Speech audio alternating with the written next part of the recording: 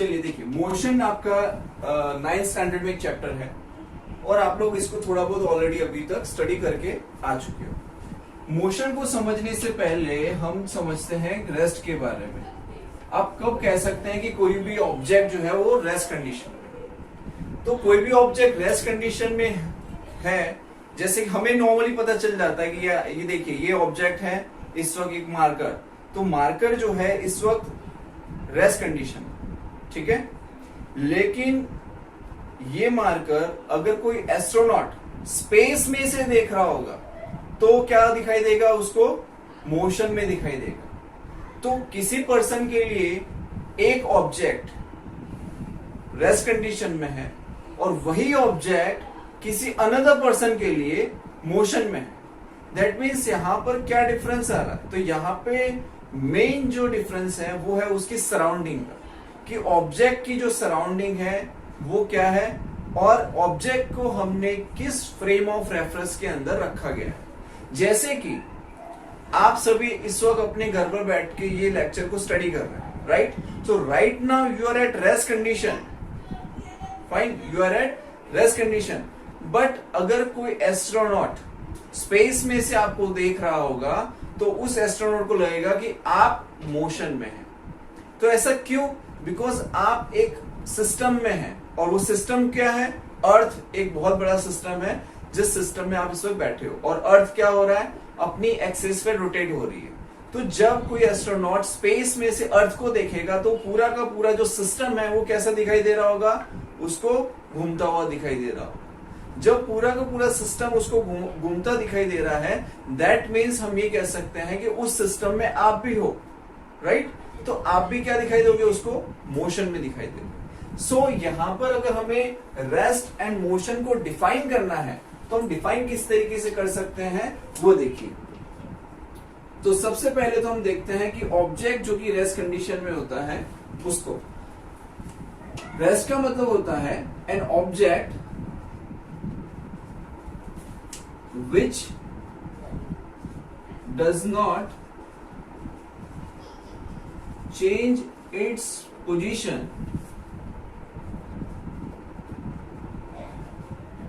with respect to its surrounding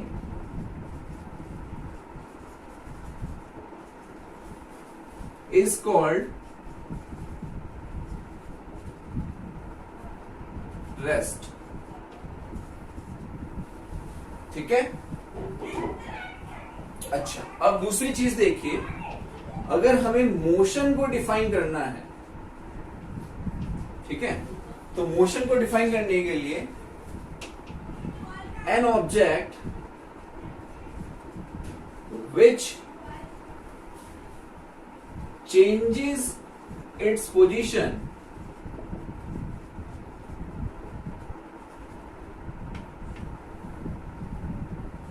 with respect to its surrounding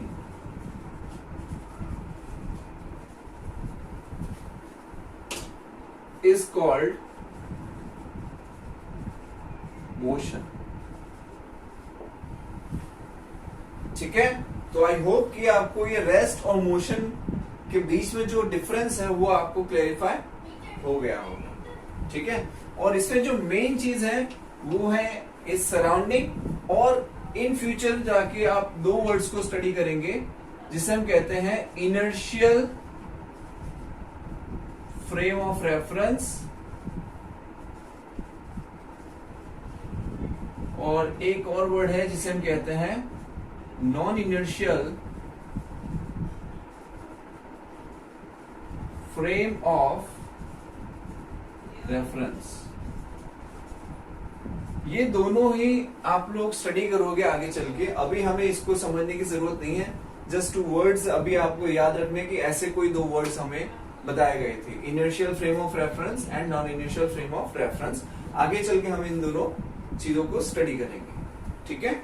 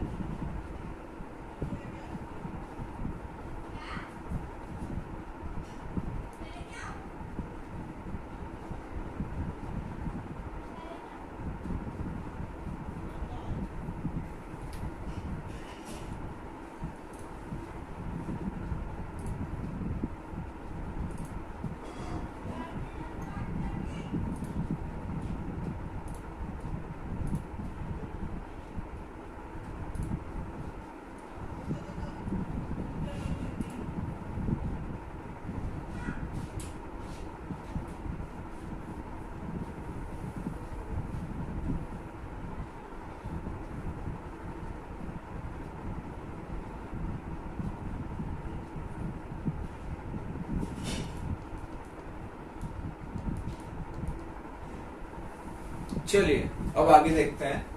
rest of motion आप लोगों ने समझ लिया होगा यहाँ पे। अब हम इससे आगे देखते हैं रेस्ट ऑफ मोशन के बाद की कहानी।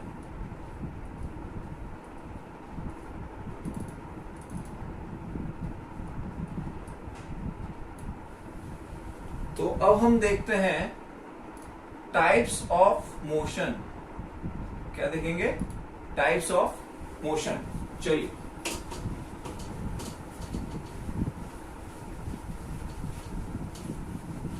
so let's study about types of motion।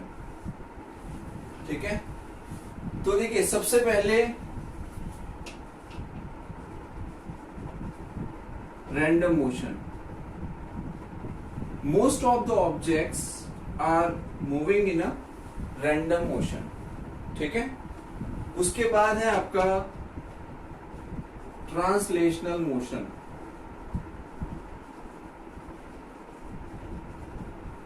Third है आपका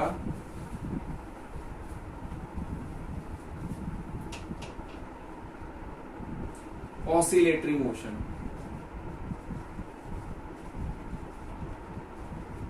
ठीक है, क्लियर हो रहा है आप लोगों को? ठीक है। दूसरा, ये जो ट्रांसलेशन मोशन है इसको कई लोग ट्रांसलेटरी मोशन भी कहते हैं, तो नो नीड टू वरी, दोनों एक ही चीज होती है। आप चाहे ट्रांसलेशन कहें या फिर ट्रांसलेटरी कहें। ठीक है,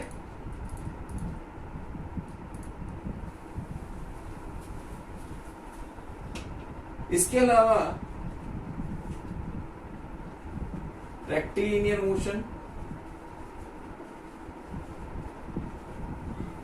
ठीक है, अब यहां पर जैसे हम लोग बात करते हैं रैंडम मोशन की। ओके, तो रैंडम मोशन के अंदर क्या होता है कि जैसे कि मान लो एक बी है, मधुमक्खी, वो कैसे इधर से उधर भागती रहती है। ठीक है, तो उसका जो मोशन होता है वो किस टाइप का मोशन होता है? तो उसे हम कह सकते हैं it's a random motion. Okay, या फिर जैसे कि कोई भी, आप खुद ही मान लीजिए कि आप एक जगह से दूसरी जगह ट्रैवल करते हैं, तो क्या आपको यूनिफॉर्म पाथ पे चल रहे होते हैं? नहीं, आप भी क्या कर रहे होते हैं, कई बार रैंडम मोशन कर रहे होते हैं, आप चलते चलते भी रैंडम मोशन कर रहे होते हो। दूसरी चीज है ट्रांसलेशनल मोशन। अब ट्रांसलेशनल मोशन के अंदर क्या होता है कि जितने भी पार्टिकल्स होते हैं ऑब्जेक्ट पे, वो सारे के सारे जो पार्टिकल होते हैं उन सभी का जो डिस्प्लेसमेंट होता है वो कैसा होता है? सेम डिस्प्लेसमेंट होता है। कैसा डिस्प्लेसमेंट होता है? सेम डिस्प्लेसमेंट होता है। ठीक है, और ट्रांसलेशनल मोशन का ही अगर हम देखें तो एक पार्ट होता है रेक्टिलिनियर मोशन,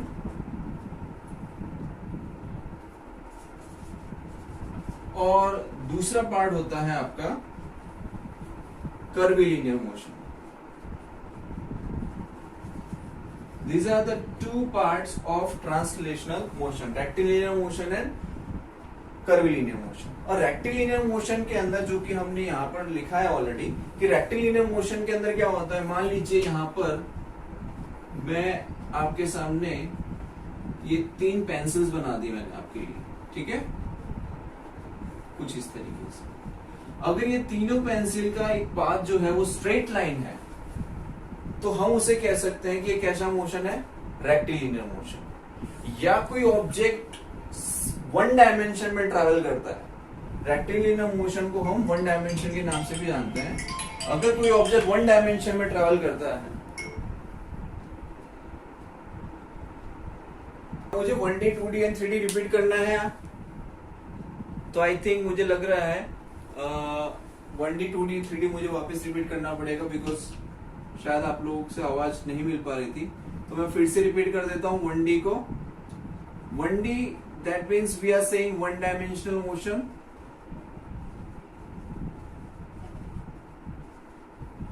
ठीक है, और 1 डायमेंशनल मोशन के अंदर जैसे हमने बताया कि कोई भी object, when object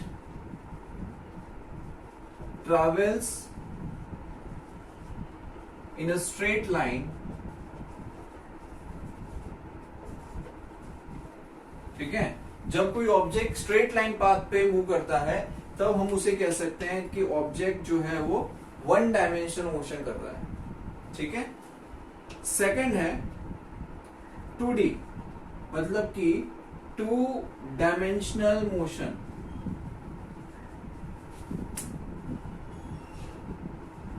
okay, two dimensional motion का मतलब क्या होता है?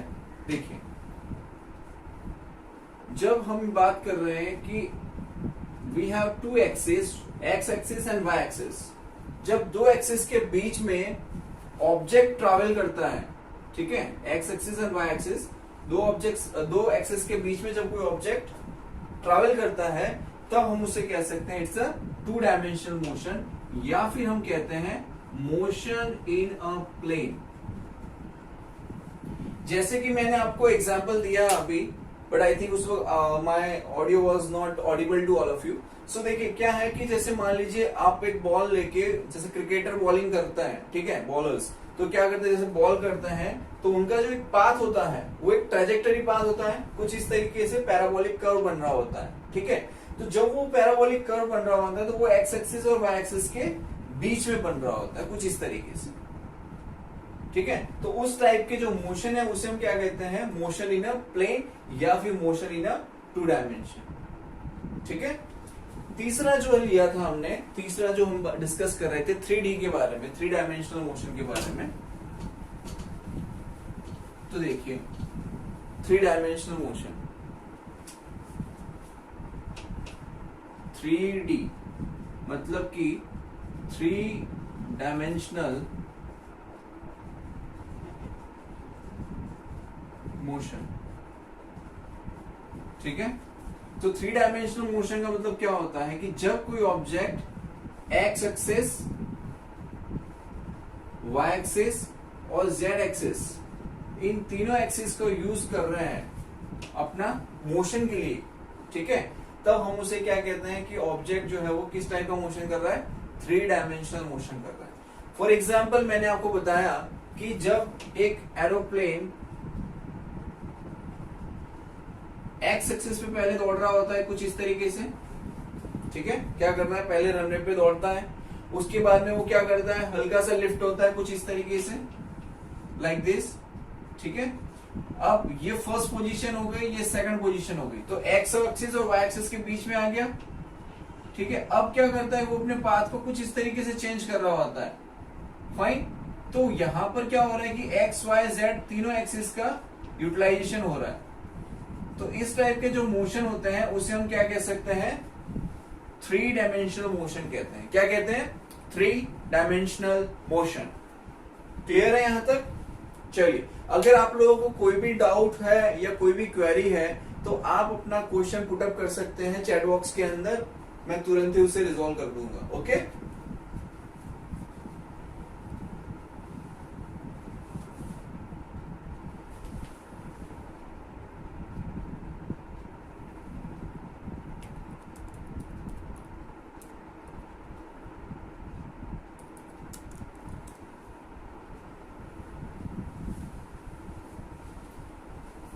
चलिए अब आगे देखते हैं। अब हम स्टडी करते हैं डिस्टेंस एंड डिस्प्लेसमेंट के बारे में, ठीक है। किसके बारे में स्टडी करेंगे, डिस्टेंस एंड डिस्प्लेसमेंट के बारे में स्टडी करते हैं। ओके, तो चलिए देखते हैं डिस्टेंस एंड डिस्प्लेसमेंट को।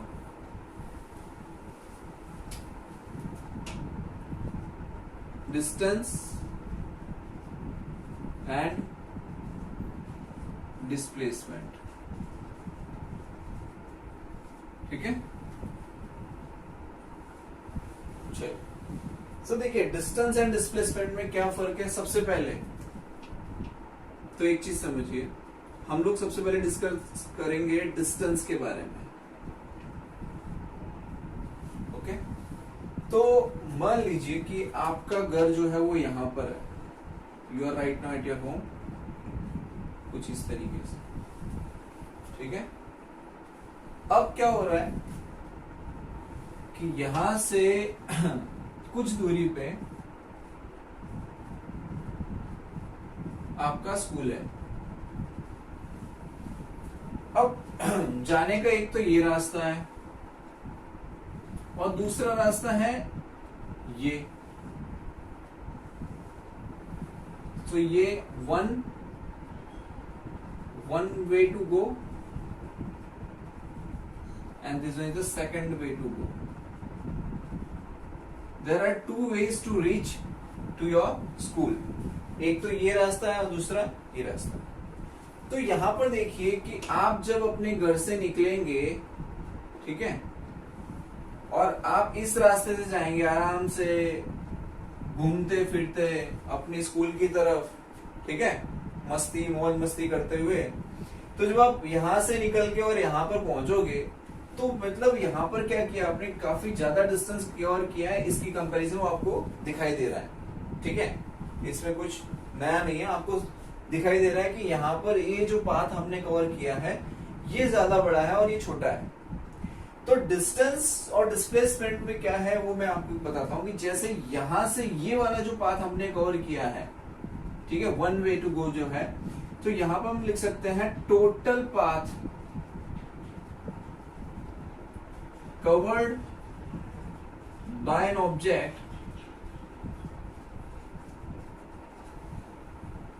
Is called distance.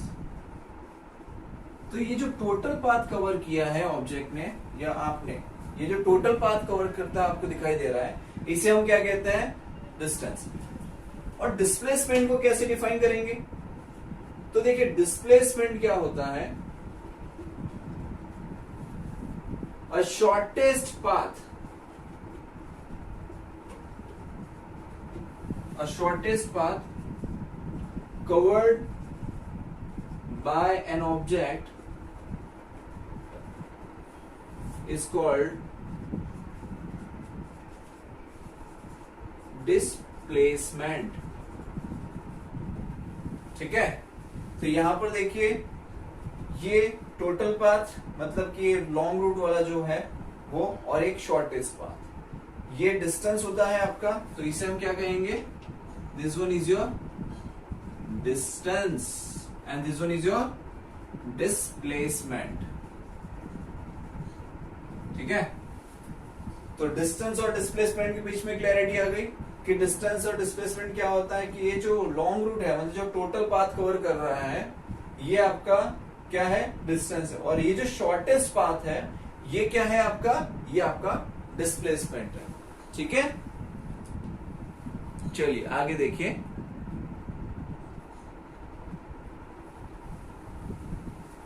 इसी चीज को अगर हम दूसरी तरीके से समझें तो कैसे समझ सकते हैं वो देखिए।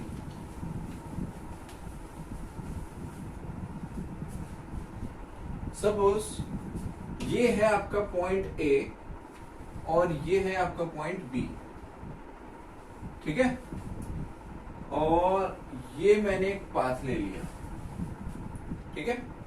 तो यहां पर ये जो है इसे तो हम क्या कहेंगे, इसे कहेंगे डिस्टेंस। ये जो लंबा सा पाथ हमने जो यूज किया है पॉइंट ए से पॉइंट बी पे जाने के लिए, ये जो पाथ आपने लिया है ए टू बी, सो ये जो पाथ है यहां से स्टार्ट करके और यहां तक जाने का, मैं यहां पर एक और पॉइंट ले लेता हूं P, so A to P and P to B, ये जो पाथ है, जो कर्व पाथ दिख रहा है आपको, ये जो पाथ है इसे हम कहते हैं आपका डिस्टेंस। एंड यहां से इस पॉइंट ए से इस पॉइंट बी तक ये जो शॉर्टेस्ट पाथ जा रहा है, ठीक है, ये, तो इसे हम क्या कहेंगे, डिस्प्लेसमेंट। तो this is your displacement, clear. अब हम इसकी यूनिट्स के बारे में बात करेंगे। तो SI unit of distance and displacement, तो इन दोनों का जो यूनिट है वो क्या है, मीटर। क्या यूनिट है, मीटर।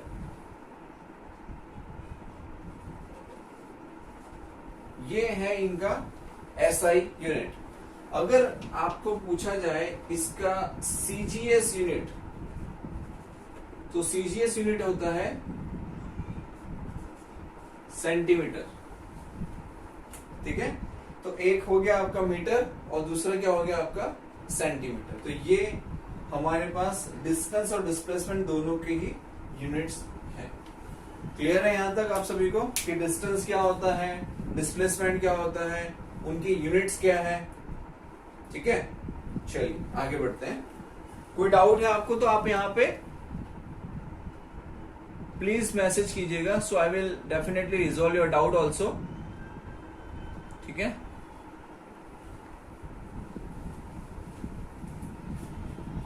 चलिए एक और चीज समझते हैं डिस्टेंस और डिस्प्लेसमेंट के बारे में। वो ये कि डिस्टेंस के अंदर, सॉरी, डिस्टेंस वो स्केलर क्वांटिटी है। किस टाइप की क्वांटिटी है? It's a scalar quantity. और डिस्प्लेसमेंट जो है, डिस्प्लेसमेंट को क्या कहेंगे आप? Displacement is a vector quantity. हो सकता है आपके लिए ये स्केलर और वेक्टर कुछ नया लग रहा होगा, so you just don't worry, मैं आपको इसके बारे में बताऊंगा कि स्केलर क्वांटिटीज और वेक्टर क्वांटिटीज क्या होता है। ठीक है, तो देखिए डिस्टेंस कैसी क्वांटिटी है? स्केलर क्वांटिटी है। और डिस्प्लेसमेंट कैसी क्वांटिटी है? तो वेक्टर क्वांटिटी है। बट आप लोगों के लिए एक नया वर्ड आ गया कि ये स्केलर क्वांटिटी क्या होती है, वेक्टर क्वांटिटी क्या होती है। सो मैं आपको स्केलर क्वांटिटी और वेक्टर क्वांटिटीज के बीच में जो डिफरेंस है वो एक्सप्लेन करता हूं। ठीक है, तो देखिए स्केलर क्वांटिटी क्या होता है सबसे पहले तो,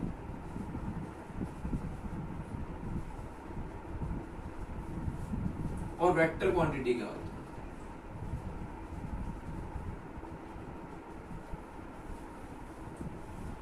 तो देखिए स्केलर क्वांटिटी का मतलब होता है एनी फिजिकल क्वांटिटी, कोई भी फिजिकल क्वांटिटी को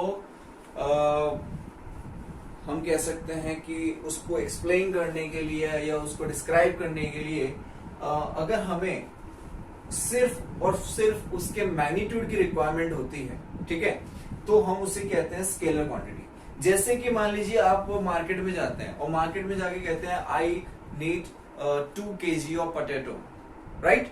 सो जब आप 2 kg पोटैटो की बात कर रहे हैं, so you are not telling about the direction कि भाई 2 किलो आलू मुझे साउथ डायरेक्शन में दे दो, या 2 किलो आलू मुझे नॉर्थ डायरेक्शन में दे दो। हम इस तरीके से बात नहीं कर रहे। हम वहां पे क्या बोलते हैं? 2 kg मीन्स वहां पर जो फिजिकल क्वांटिटी यूज हो रही है वो कौन सी है? मास। मास का यूनिट क्या होता है? kg। तो मास एक ऐसे फिजिकल क्वांटिटी है जो कि स्केलर क्वांटिटी है। क्यों? क्योंकि उसको रिप्रेजेंट करने के लिए हमें डायरेक्शन की रिक्वायरमेंट नहीं है। हमें किस चीज की रिक्वायरमेंट होती है? सिर्फ और सिर्फ उसके मैग्नीट्यूड की रिक्वायरमेंट होती है। फाइन। सो स्केलर क्वांटिटी का मतलब होता है a physical quantity,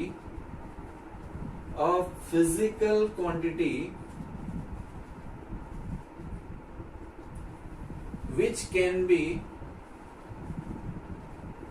represented by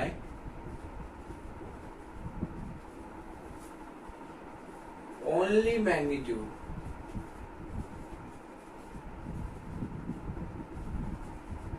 ठीक है, जिसको रिप्रेजेंट करने के लिए सिर्फ और सिर्फ उसके मैग्नीट्यूड की रिक्वायरमेंट होती है, उसको क्या कहते हैं? स्केलर क्वांटिटी कहते हैं। फाइन। अब मास तो एक चलो एक फिजिकल क्वांटिटी हो गई, बट आप लोग सोच रहे हो कि एक ही फिजिकल क्वांटिटी ऐसी है जिसको रिप्रेजेंट करने के लिए हमें सिर्फ मैग्नीट्यूड की रिक्वायरमेंट होती है। नहीं, ऐसी बहुत सारी फिजिकल क्वांटिटीज हैं जो रूटीन लाइफ में आप लोग यूज भी कर रहे हो, बट आपको हो सकता है पता ना हो। जैसे कि अगर हम बात करें टाइम की, सपोज आपसे पूछे कि क्या टाइम हो रहा है, तो आप क्या बोलोगे? 6:30 PM इन साउथ डायरेक्शन, 6:30 PM इन वेस्ट डायरेक्शन। क्या आप डायरेक्शन को वहां मेंशन करते हैं? नहीं, आप क्या बोलते हैं? 6:30 PM, दैट्स इट, राइट। तो वहां पर आप सिर्फ और सिर्फ टाइम का मैग्नीट्यूड बता रहे हैं, उसके साथ डायरेक्शन को ज्वाइंट नहीं कर रहे हैं। सिमिलरली अगर हम बात करें टेम्परेचर की, कोई आपसे पूछे कि आज कितना टेम्परेचर है, तो आप बोलोगे 40 डिग्री सेल्सियस आज का टेम्परेचर है। क्या वहां पे कोई डायरेक्शन को मेंशन करने की रिक्वायरमेंट है? नहीं है, राइट। सो यहां पर जो फिजिकल क्वांटिटीज है लाइक मास, लेंथ। अब यहां पे जब हम लेंथ की बात कर रहे हैं तो डिस्टेंस जो है जैसे मैंने आपको बताया था कि डिस्टेंस की डेफिनेशन टोटल पाथ लेंथ, ठीक है। डिस्टेंस में क्या होता है, total path length. So length word आया, that means what we can say कि यहाँ पर डिस्टेंस जो है वो कैसी क्वांटिटी है, स्केलर क्वांटिटी है। क्यों? क्योंकि अगर आपसे कोई पूछेगा कि अहमदाबाद से बड़ौदा कितना दूर है, तो आप क्या बोलोगे, 100 किलोमीटर, राइट। उसमें हम लोग डायरेक्शन तो मेंशन करनी नहीं है कि भाई कौन सी डायरेक्शन में है, सिर्फ आपसे क्या पूछा गया कि डिस्टेंस कितना है, राइट। तो जब आपसे सिर्फ डिस्टेंस पूछा गया है तो हम सिर्फ और सिर्फ उसके मैग्नीट्यूड के बारे में बात करते हैं। सो यहाँ पे आप लिख सकते हो, लेंथ भी लिख सकते हो, डिस्टेंस भी लिख सकते हो, दोनों वैसे एक ही चीज हो जाती है। तो distance is also a scalar quantity, then time is your scalar quantity, temperature is your scalar quantity, etcetera. ऐसे बहुत सारी फिजिकल क्वांटिटीज हैं जिससे हम कह सकते हैं कि देयर आर स्केलर क्वांटिटीज, ठीक है। दूसरी चीज अगर हम यहाँ पे बात करें वेक्टर क्वांटिटी के बारे में, तो वेक्टर क्वांटिटी अब क्या होता है, जस्ट इससे ऑपोजिट। जैसे कि मैंने आपको यहाँ बताया कि स्केलर क्वांटिटी के अंदर हमें किस चीज की रिक्वायरमेंट होती है, मैग्नीट्यूड की रिक्वायरमेंट होती है। लेकिन वेक्टर क्वांटिटी के अंदर हमें क्या चाहिए, मैग्नीट्यूड भी चाहिए एंड डायरेक्शन भी चाहिए। इन दोनों ही चीजों की जरूरत होती है, ठीक है। सो यहां पर हम लिखेंगे a physical quantity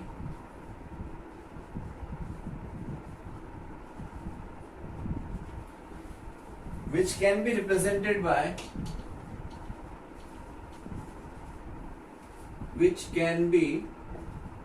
represented by magnitude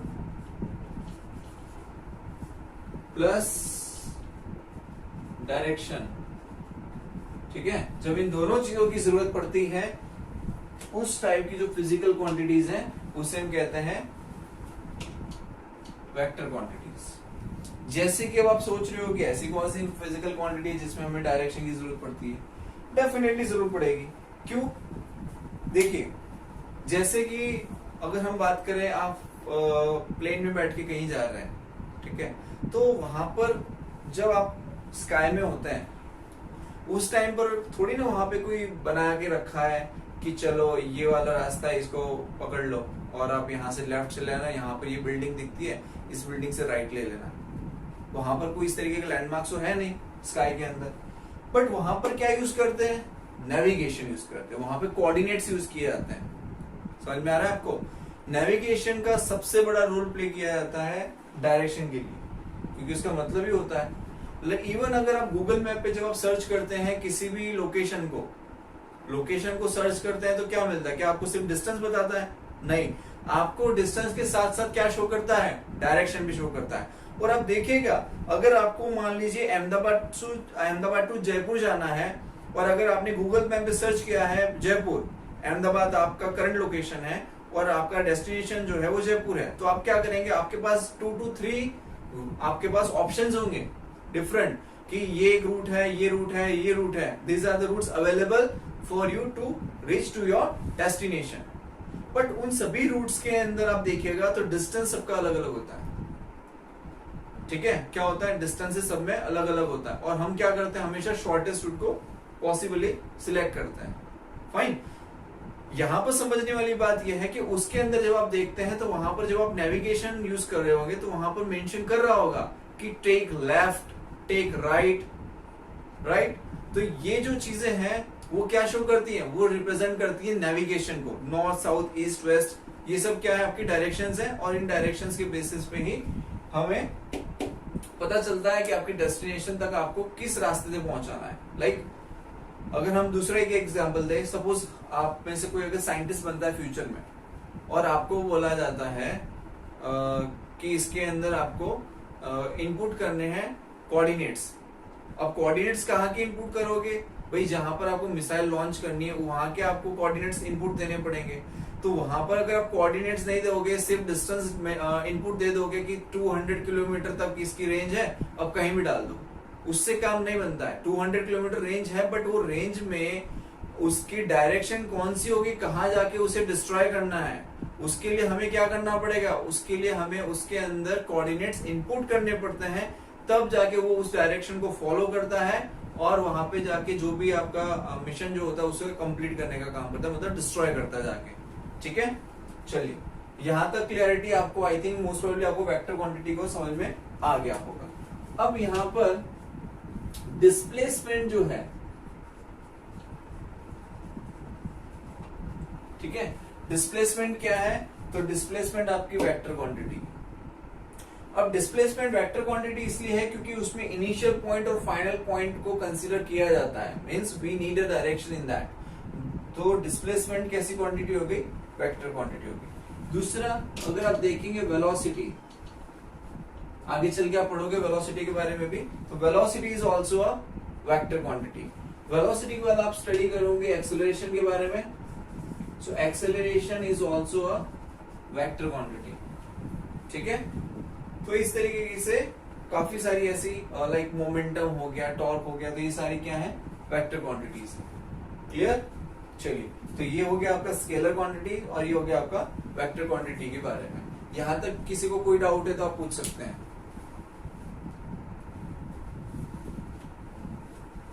है कोई डाउट?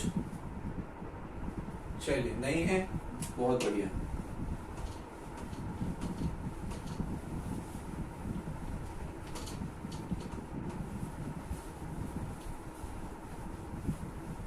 अब हम लोग, चलिए 1 मिनट, मैं आपको एक टेक्स्ट कर देता हूँ, पूछ लेता हूँ किसी को कोई डाउट्स है या नहीं है।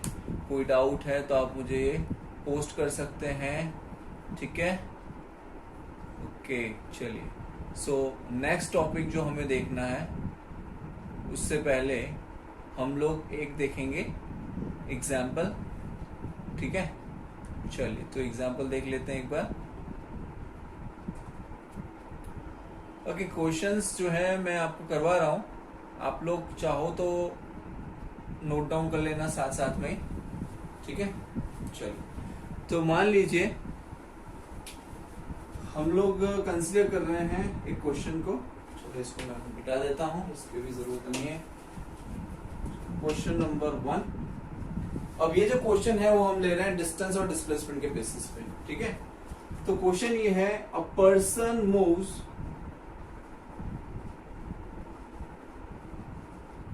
3 metre east.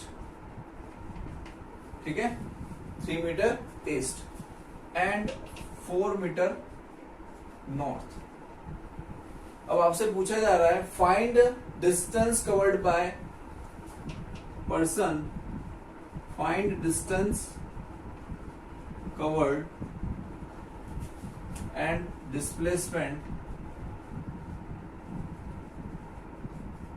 Covered by person. ठीक है, तो सिंपल है। देखिए, सबसे पहले तो आपको डायरेक्शन का पता होना चाहिए कि कौन सी डायरेक्शन कहाँ लेनी है। ठीक है, चलिए तो नॉर्थ, साउथ, ईस्ट, वेस्ट, कुछ इस तरीके से डायरेक्शन ले ली हमने। अब आपसे क्या कहा जा रहा है, पर्सन मूव्स 3 मीटर ईस्ट, तो ईस्ट किस डायरेक्शन में, तो इस डायरेक्शन में, एक्स एक्सिस के अलॉन्ग। तो चलिए मैं यहाँ पे ले लेता हूँ कुछ इस तरीके से, ये हो गया आपका 3 मीटर, कौन सी डायरेक्शन में, ईस्ट। नाउ इस पोजीशन से स्टार्ट करके हम इस पोजीशन पे पहुंचे, ये ए ले लेता हूं, ये बी ले लेता हूं। अब क्या हो रहा है, 4 मीटर नॉर्थ, मतलब कि इस तरीके से 4 मीटर नॉर्थ। ठीक है, find distance covered and displacement covered. तो ये आपका ओरिजिन था और ये आपका फाइनल पॉइंट है। फाइनल पॉइंट का नाम लेते हैं सी। तो यहां से ये जो हुआ शॉर्टेस्ट पाथ, सभी को पता है शॉर्टेस्ट पाथ का मतलब क्या होता है, डिस्प्लेसमेंट। तो ये ए से लेकर सी तक का जो आपको पाथ मिलेगा, मतलब जो ए सी आप फाइंड करोगे, ये आपका होगा डिस्प्लेसमेंट। ठीक है, ए सी क्या हो जाएगा आपका, डिस्प्लेसमेंट हो जाएगा। अब डिस्प्लेसमेंट निकालने के लिए क्या करोगे, देखो सिंपल आपको दिख रहा है यहाँ पर आपको ये एंगल 90 डिग्री बन रहा है, ये आपका एक राइट एंगल ट्रायंगल है। तो हमें क्या करना है, पाइथागोरस थ्योरम अप्लाई करना है। क्या करना है, पाइथागोरस थ्योरम अप्लाई करना है।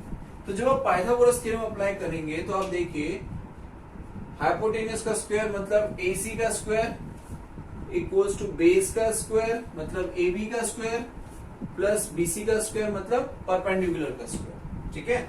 तो AB का स्क्वायर मतलब AB का वैल्यू है 3 का स्क्वायर प्लस BC का वैल्यू है 4 का स्क्वायर, तो ये हो जाएगा 9 प्लस 16 इज इक्वल टू 25। और आपको तो क्या चाहिए, AC चाहिए, तो A से लेकर C तक का जो डिस्टेंस आएगा उसके लिए स्क्वायर रूट करेंगे, तो आपका AC का वैल्यू आ गया 5 मीटर। क्लियर है। तो A से लेकर C तक आपका जो डिस्प्लेसमेंट आया वो डिस्प्लेसमेंट कितना आ गया, 5 मीटर आ गया। बोलो क्लियर है यहां तक। अच्छा अब देखिए इसमें डिस्टेंस कवर्ड भी पूछा गया है कि डिस्टेंस कितना होगा। तो डिस्टेंस क्या है आपका, ओरिजिन पॉइंट क्या है तो A। अब हमें डिस्टेंस में क्या कहा गया था, total path covered by an object, मतलब इस पर्सन ने टोटल पाथ जो कवर किया है C तक पहुंचने के लिए वो क्या है, तो यहां से देखिए A से लेकर B तक गया और फिर B से लेके C तक जा रहा है। तो टोटल पाथ क्या होता है, AB प्लस BC। तो टोटल पाथ का मतलब क्या है आपका, डिस्टेंस। और डिस्टेंस कितना है, A से लेकर B तक और B से लेकर C तक। तो A से लेकर B तक कितना है 3 और B टू C कितना है, तो वो है 4, तो कितना आ जाएगा 7 मीटर। ठीक है, फटाफट से नोट डाउन करो या फिर इसका आप स्क्रीनशॉट ले लीजिए। चलिए फटाफट करिए, आज हमारा थोड़ा टाइम वेस्ट हो गया है वो म्यूट के चक्कर में। नेक्स्ट टाइम इसका थोड़ा सा ध्यान रखेंगे पहले से, ताकि आपका जो टाइम है वो वेस्ट ना हो। ठीक है, चलिए अब हम आगे देखते हैं।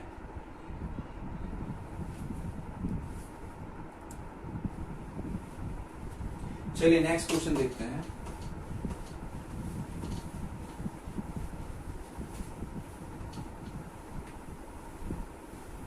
ओके, तो देखिए अ पर्सन मूव्स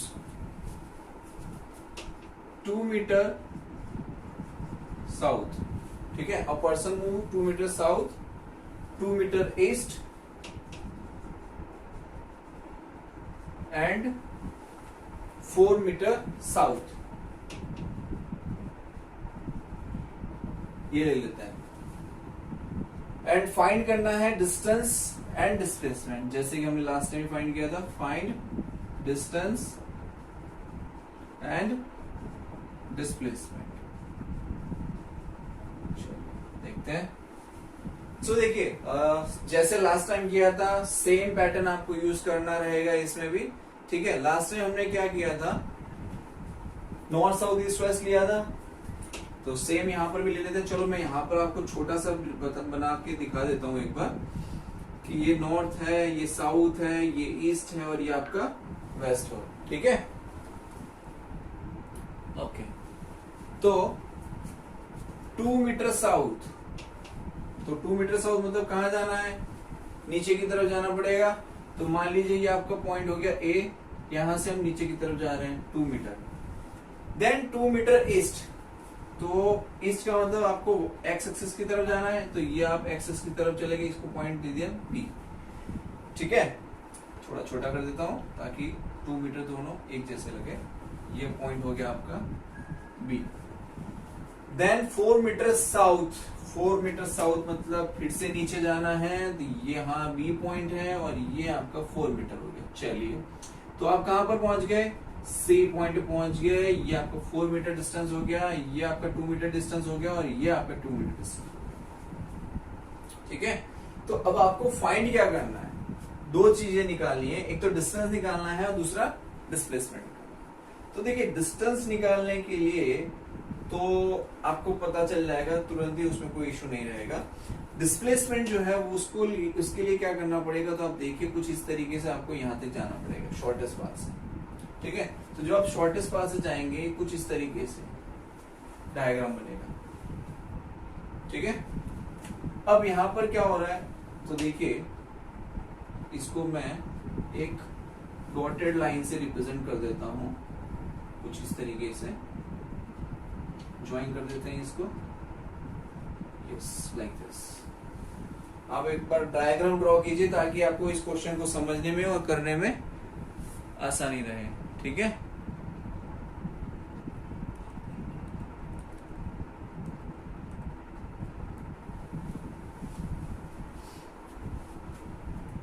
कर लिया ड्रॉ? चलिए देखते हैं। एक काम करते हैं, देखो ये वाला जो डिस्टेंस है इसको मैं यहाँ पे लिख देता हूँ, ये आपका कितना है 2 मीटर है। अगर ये 2 मीटर है तो ये कितना होगा? ये साइड और ये साइड दोनों कैसी है? पैरेलल है। तो ये कितना हो जाएगा? 4 मीटर हो जाएगा। तो ये 4 और ये 4, तो यहां से लेकर यहां तक इसका नामकरण भी कर देते हैं। चलो ये डी ले लेता हूं और इसको ई ले लेता हूं। तो ए से लेकर डी तक का जो डिस्टेंस है वो आपका 2 मीटर है। डी से लेकर ई तक का जो डिस्टेंस है वो आपका 4 मीटर है। ठीक है, तो ए से लेकर ई तक ये टोटल डिस्टेंस कितना हो जाएगा? तो ए डी प्लस डी, तो 2 plus 4 is equals to 6 metre. कितना हो गया? 6 मीटर हो गया। चलिए बहुत बढ़िया हो गया था। अच्छा अब देखिए ये 6 हो गया और ये कितना हो जाएगा? ये आपका अगर ये 2 मीटर है तो ये भी तो 2 मीटर होगा, क्योंकि ये दोनों कैसे हैं? पैरेलल है। तो यहां पर आप लिख सकते हो B D is equals to C is equals to 2 metre. Fine.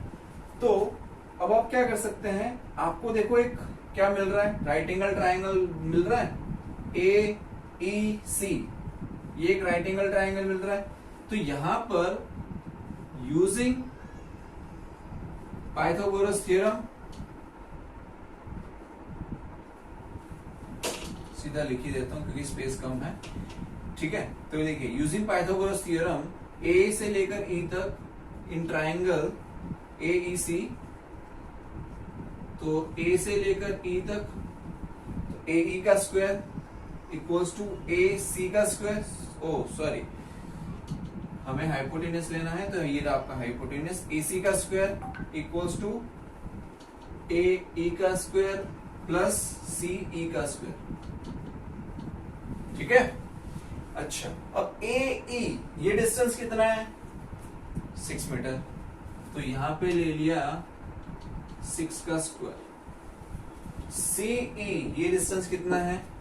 तो ये है आपका 2 मीटर, तो ये ले लिया 2 का स्क्वायर। तो 6 का स्क्वायर कितना होता है? 36। 2 का स्क्वायर कितना होता है? 4। तो AC का स्क्वायर कितना आ जाएगा? 40। लेकिन क्या हमको स्क्वायर पूछा है क्या? नहीं ना। तो आप लोग इसको निकालो फटाफट से। चलो AC क्या आता है देखो एक बार निकाल के आप लोग खुद से, फिर मैं बताता हूं नहीं होता है तो। फटाफट करो, टाइम नहीं है।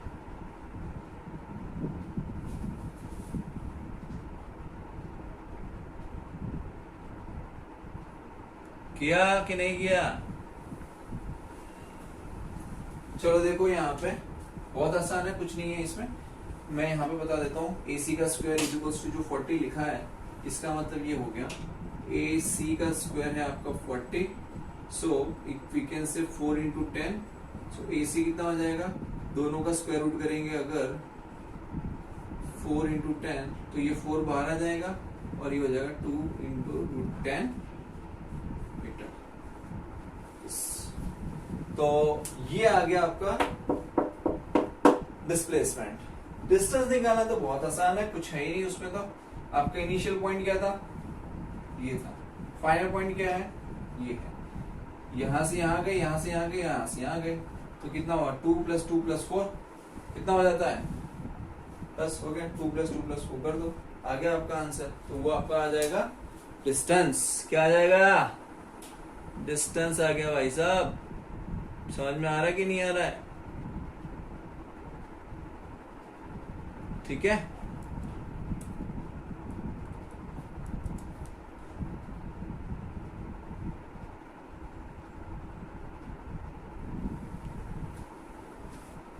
चलिए सो यहां पर कोई डाउट है तो पूछ लो अभी आप लोग। कोई डाउट? ठीक है, चलो आगे देखते हैं।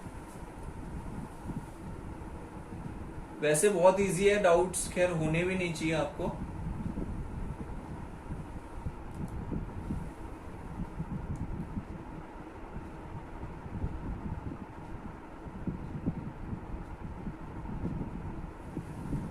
चलिए एक और न्यूमेरिकल करते हैं। आई होप आपने लिख लिया होगा, क्योंकि थोड़ा सा टाइम दे रहा हूं मैं आप लोगों को लिखने के लिए और एक बार थोड़ा सा समझने के लिए भी। चलो देखो अब आगे क्या है। सो नाउ नेक्स्ट क्वेश्चन लिखिए, the car starts their motion around a circular path of radius r। एक नया क्वेश्चन देखते हैं, ठीक है। कुछ इस तरीके से है कि एक हमारे पास सर्कुलर पाथ है, ये कुछ इस तरीके से, और यहाँ पर हमने ये जो रेडियस लिया है वो रेडियस लिया है r। एक पॉइंट आपका हो गया a, एक पॉइंट हो गया आपका b और एक पॉइंट हो गया आपका c, ठीक है। अब यहाँ पे क्वेश्चन ये है कि कार जो है वो यहां से स्टार्ट कर रहा है, इस पॉइंट से, ठीक है। कार कहां से स्टार्ट कर रहा है? From this point, from point A. तो car starts from point A and travels a distance, point A से स्टार्ट करके कहां जा रही है? पॉइंट बी तक जा रही है, ओके। कार, लिख देता हूं, car starts from point A and reaches to point D, ठीक है। यहां से स्टार्ट किया, यहां पहुंचा। Find distance and displacement covered bye an object. आप समझ लीजिएगा कि हमें डिस्टेंस एंड डिस्प्लेसमेंट निकालना है, ठीक है। तो देखिए यहां पर हम लोग एक चीज समझिए कि ये जो सर्कल है उसकी रेडियस कितनी है? r। अगर यहां से यहां तक का डिस्टेंस आ रही है, आपका सेंटर पॉइंट ले लेते हैं o, तो ये जो डिस्टेंस है वो कितना है? r है, और ये रेडियस भी कितनी होगी? अब हमें जब डिस्प्लेसमेंट पूछा जाता है तो डिस्प्लेसमेंट का मतलब क्या होता है कि शॉर्टेस्ट पाथ। तो आप देखिए कि A से B तक ये जो कर्वीलिनियर पाथ जा रहा है ये तो डिस्टेंस हो जाएगा, क्योंकि ये शॉर्ट पाथ नहीं है। शॉर्टेस्ट पाथ क्या है? तो शॉर्टेस्ट पाथ आपका ये हो जाएगा। देखिए दिख रहा है आपको एक ट्रायंगल, यहां से स्टार्ट करके ये जो बन रहा है ये आपका क्या है? शॉर्टेस्ट पाथ है A से B तक का। तो ये जो शॉर्टेस्ट पाथ आपको दिख रहा है A से लेकर B तक का, ये आपका क्या है? डिस्प्लेसमेंट है।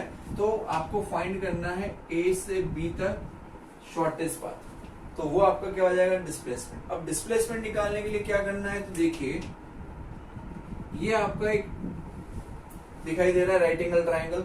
सो as we know, as per Pythagoras theorem, displacement निकालने के लिए फॉर डिस्प्लेसमेंट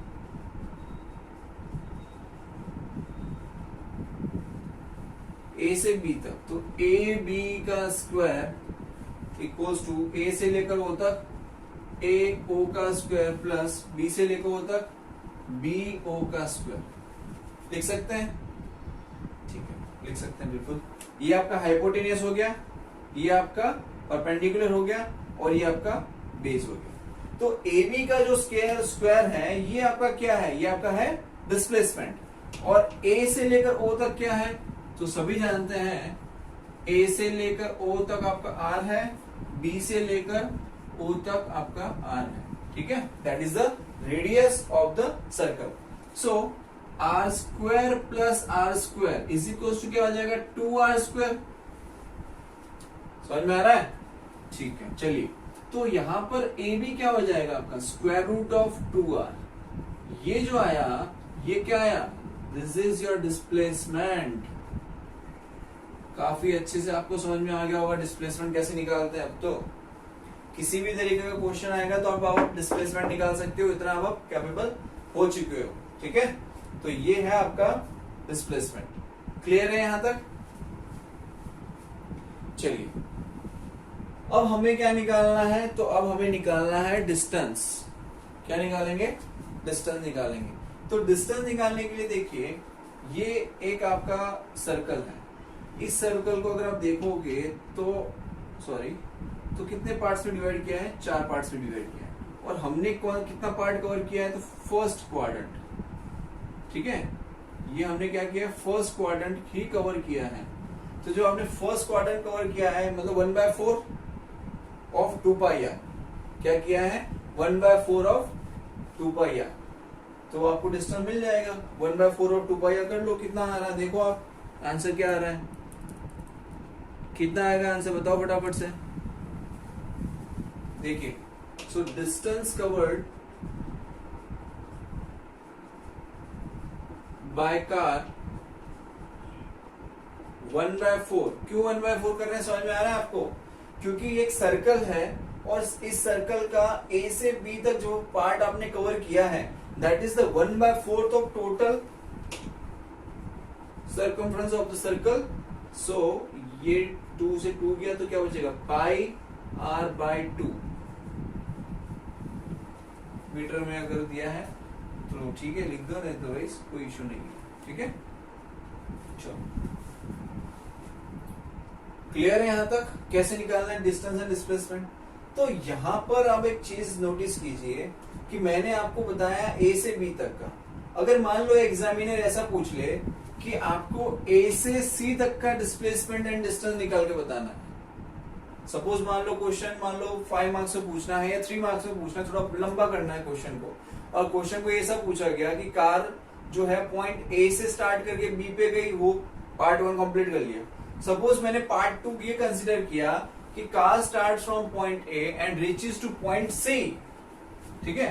अब हमने क्या किया सी पॉइंट पे आ गया, वहां यहां से स्टार्ट करके इस पॉइंट पे, तो उसके लिए क्या करेंगे, देखिए क्वेश्चन चाहे कितना भी घुमा ले एग्जामिनर, कंसेप्ट होगा वही रहना है। So you just don't worry, जो पहले अप्लाई किया था सेम फिर से अप्लाई करना। तो देखिए अगर हम बात करें डिस्प्लेसमेंट की, तो हम अब हमारा ओरिजिन पॉइंट क्या है, तो ओरिजिन पॉइंट हमारा है ए जो पहले था। फाइनल पॉइंट क्या है, बिकॉज डिस्प्लेसमेंट के अंदर हमें क्या करना होता है, ओरिजिन पॉइंट और फाइनल पॉइंट दोनों देखने होते हैं। तो ये आपका ओरिजिन है और फाइनल पॉइंट क्या है, this is your final point at point C. अब यहां पर आपसे डिस्टेंस पूछा जाए तो यही आपका शॉर्टेस्ट पाथ होगा ए से लेकर सी तक, क्या होगा, यही आपका शॉर्टेस्ट पाथ होगा ए टू सी। तो ए टू सी जो पाथ बन रहा है आपका, so that is your shortest path right now, and this shortest path is your what, it is your displacement। समझ में आ रहा है, ए से लेकर सी तक क्या है आपका डिस्प्लेसमेंट। तो ये तो सिंपल सा दिख रहा है यार आपको, ये क्या है सर्कल का डायमीटर है ना, तो डिस्प्लेसमेंट कितना है, तो A C is equals to diameter of the circle, diameter of the circle. तो डायमीटर कितना, ये तो उससे भी इजी हो गया, ये आर प्लस आर कितना हो जाएगा 2r, खत्म। तो ये क्या निकाल लिया हमने, डिस्प्लेसमेंट निकाल लिया, समझ में आया। अच्छा अब आपसे पूछा जाए डिस्टेंस निकालना है, चलो डिस्प्लेसमेंट तो निकाल लिया सर, बहुत इजी था, सीधा सीधा सा दिख गया कि सर ए टू सी जाना है और आपने डायमीटर करके और निकाल लिया, चलिए ठीक है। लेकिन डिस्प्लेसमेंट का कंसेप्ट तो क्लियर हो गया, अब डिस्टेंस के लिए क्या करेंगे। तो भाई साहब पिछली बार में हमने क्या किया था, हम यहां से यहां तक गए थे तो 1/4 कवर किया था ना, अब कितना कवर किया है 1/4 प्लस 1/4 कितना हो जाएगा 2/4, और 2/4 का मतलब कितना होता है 1/2, ठीक है। तो distance covered, distance covered by a car from point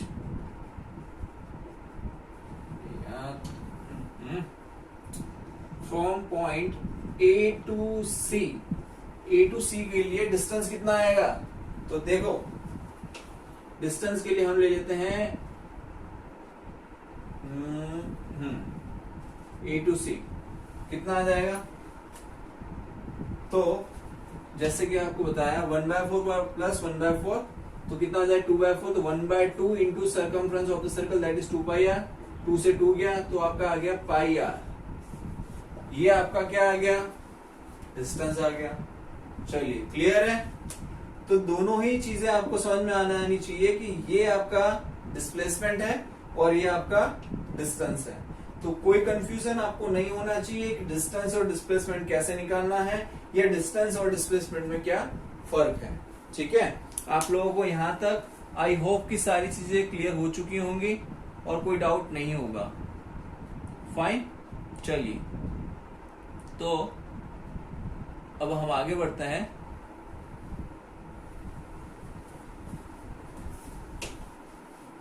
लिख लिया होगा ना? अरे सर नहीं लिखा होगा तो फिर से देख लेंगे। चलिए ठीक, आगे देखते हैं। अब हम स्टडी करते हैं स्पीड को। किसको स्टडी करेंगे? स्पीड को। तो देखिए स्पीड क्या है, स्पीड को देख लेते हैं। चलो, so let's talk about speed. ठीक है, तो देखो स्पीड के अंदर स्पीड मूवी का नाम नहीं बोल रहा हूं भाई साहब, एक फिजिकल क्वांटिटी है जिसके बारे में हम बात कर रहे हैं, मूवी के बारे में मत सोचने लगना। ठीक है, चलो तो स्पीड क्या होता है? तो स्पीड का फॉर्मूला मैं बता देता हूं, तो उससे क्या है कि आपको थोड़ा इजी हो जाएगा समझना कि स्पीड के क्या कहेंगे। स्पीड को हम लोग यहाँ पर v से डिनोट कर रहे हैं। पहली चीज तो जो आपको समझनी है वो ये है, स्पीड इज जो है वो v से डिनोट कर रहे हैं और स्पीड का फॉर्मूला होता है डिस्टेंस अपॉन टाइम। तो अगर आपको फॉर्मूला पता है कि स्पीड का फॉर्मूला होता है डिस्टेंस अपॉन टाइम, तो इसका मतलब आपको ये पता होना चाहिए कि स्पीड क्या होता है। ठीक है, तो अगर हम देखें कि स्पीड का मतलब ये है कि हाउ फास्ट और slow an object is moving, that is speed. अगर हम देखें स्पीड का मतलब क्या होता है कि हाउ फास्ट और slow an object is moving, that is your speed. लेकिन अगर हम यहां पर देखें इस फॉर्मूला पर से, तो क्या कह सकते हैं? स्पीड का मतलब total path covered by an object per unit time. क्या लिख सकते हैं? A total path covered by an object per unit time. और इसे क्या कहेंगे? इसे हम कहते हैं स्पीड। ठीक है, और स्पीड का फॉर्मूला क्या होता है? Distance upon time. क्लियर? तो एसआई यूनिट ऑफ स्पीड क्या होता है भाई? ऐसा यूनिट तो मीटर पर सेकंड। क्या होता है? मीटर पर सेकंड, या फिर आप लिख सकते हो मीटर सेकंड इनवर्स। क्या हो जाएगा? Metre second inverse. दूसरी चीज है, चलो ये तो हो गया ऐसा unit of speed, metre per second या मीटर सेकंड इनवर्स। ओके, अगर सीजीएस यूनिट पूछा जाए, सीजीएस यूनिट ऑफ स्पीड, तो सीजीएस यूनिट क्या हो जाएगा? तो मीटर का कन्वर्जन सेंटीमीटर होता है और सेकंड का सेकंड रहेगा, तो सेंटीमीटर सेकंड इनवर्स हो जाएगा। दूसरा हम लोग एक यूनिट और यूज करते हैं स्पीड के लिए, जो हम काफी यूज टू है स्पीडोमीटर में, जो आप देखते हैं किलोमीटर पर आवर में हम लोग मेजरमेंट करते हैं। That is one more unit is kilometre our inverse. क्या हो जाएगा? Kilometre our inverse. अब यहां पर एक चीज जो समझने वाली है, ये कन्वर्जन अगर आपको करना सिखाओ, कन्वर्जन मोस्ट प्रोबेबली सबको पता ही रहता है कैसे करते हैं। मान लीजिए आपको किलोमीटर पर आवर में स्पीड गिवन है और उससे आपको कन्वर्ट करना है मीटर पर सेकंड में, तो आप कैसे कन्वर्ट करेंगे उसको? तो देखिए हम लोग पहले स्टैंडर्डाइज फॉर्मेट ले लेते हैं कि 1 किलोमीटर पर आवर है और 1 किलोमीटर पर आवर को कन्वर्ट करना है 1 मीटर पर सेकंड के अंदर। So we all know that कि 1 किलोमीटर में कितने मीटर होते हैं? 1000 मीटर होते हैं। और 1 आवर में कितने सेकंड्स होते हैं? तो देखो 1 आवर में कितने मिनट्स होती है? सबसे पहले तो 1 आवर में होती है 60 मिनट्स। और 1 मिनट में कितनी सेकंड्स होती है? तो 1 मिनट में होती है 60 सेकंड्स। तो 60 इंटू 60 कितना हो जाएगा? 3600 सेकंड। समझ में आया? तो किलोमीटर पर आवर को मीटर पर सेकंड में कन्वर्ट करना है तो क्या करना पड़ेगा? तो 1 kilometre per hour is equal to 1000 divide by 3600 metre per second. ये जीरो ये गया क्या आएगा 2 5 और 2 18। तो 1 किलोमीटर पर आवर का कन्वर्जन अगर आपको करना है तो क्या हो जाएगा 5/18 मीटर पर सेकेंड। सिंपल। ये स्टैंडर्डाइज है जिसको आपको याद रखना होता है कि 1 किलोमीटर पर आवर को अगर आपको मीटर पर सेकंड में कन्वर्ट करना है तो हम क्या ले लेते हैं 5/18 मीटर पर सेकंड ले लेते हैं। ठीक है, अब 5/18 मीटर पर सेकंड में ले लेते हैं तो क्या होता है, चलिए मैं बताता हूं कैसे कन्वर्ट करते हैं इसको आगे। सपोज आपको दिया गया है कि कार की जो स्पीड है, स्पीड ऑफ द कार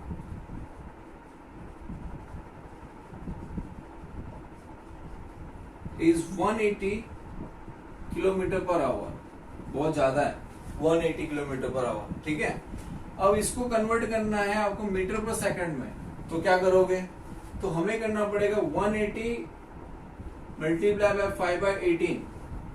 ठीक है, क्यों, क्योंकि 1 किलोमीटर पर आवर में 1 किलोमीटर पर आवर किसके इक्विवेलेंट है, तो 5/18 मीटर पर सेकंड के इक्विवेलेंट है। ठीक है, तो 180 इंटू 5/18, तो 18 टेंस है तो 10 इंटू 5 50, तो 50 मीटर पर सेकंड। तो ये क्या आ गया, स्पीड ऑफ द कार आ गया। क्लियर है यहां तक? चलिए, तो इस तरीके से हम क्या कर सकते हैं, कन्वर्जन कर सकते हैं। और अगर आपको मीटर पर सेकंड को किलोमीटर पर आवर में कन्वर्ट करना है तो क्या करना है, जस्ट उसका ऑपोजिट, उसका रिवर्स कर देना है, तो आपको आंसर मिल जाएगा। ठीक है, तो आज का टॉपिक मैं यहीं पे कंप्लीट करता हूं, स्पीड तक। नेक्स्ट क्लास के अंदर हम लोग स्टडी करेंगे uniform speed, non uniform speed के बारे में स्टडी करेंगे। उसके ऊपर से हम लोग ग्राफ्स के बारे में स्टडी करेंगे और उसके कुछ न्यूमेरिकल्स देखेंगे, प्लस एक्सेलरेशन को भी स्टडी करेंगे। ठीक है, और नेक्स्ट टाइम मैं ट्राई करूंगा कि इवनिंग टाइम न रखा जाए, बिकॉज आई नो 6 to 7 का जो टाइम होता है उसमें बच्चे खेलना बहुत पसंद करते हैं, एंड मैंने अनरियलिस्टिक टाइम रखा है बिकॉज क्वारंटाइन जो अपना कोरोना वायरस जो फैला है उसकी वजह से लॉकडाउन है, और लॉकडाउन के अंदर सब लोग क्या है इस टाइम पे पढ़ना पसंद नहीं करेंगे। So still no problem, next class के अंदर हम लोग टाइमिंग अलग रखेंगे और जो मैंने टॉपिक्स बताए उसको हम कंप्लीट करेंगे। So thank you so much for your time, और कोई भी डाउट है आप पोस्ट कीजिएगा, I will resolve your doubt. Thank you so much.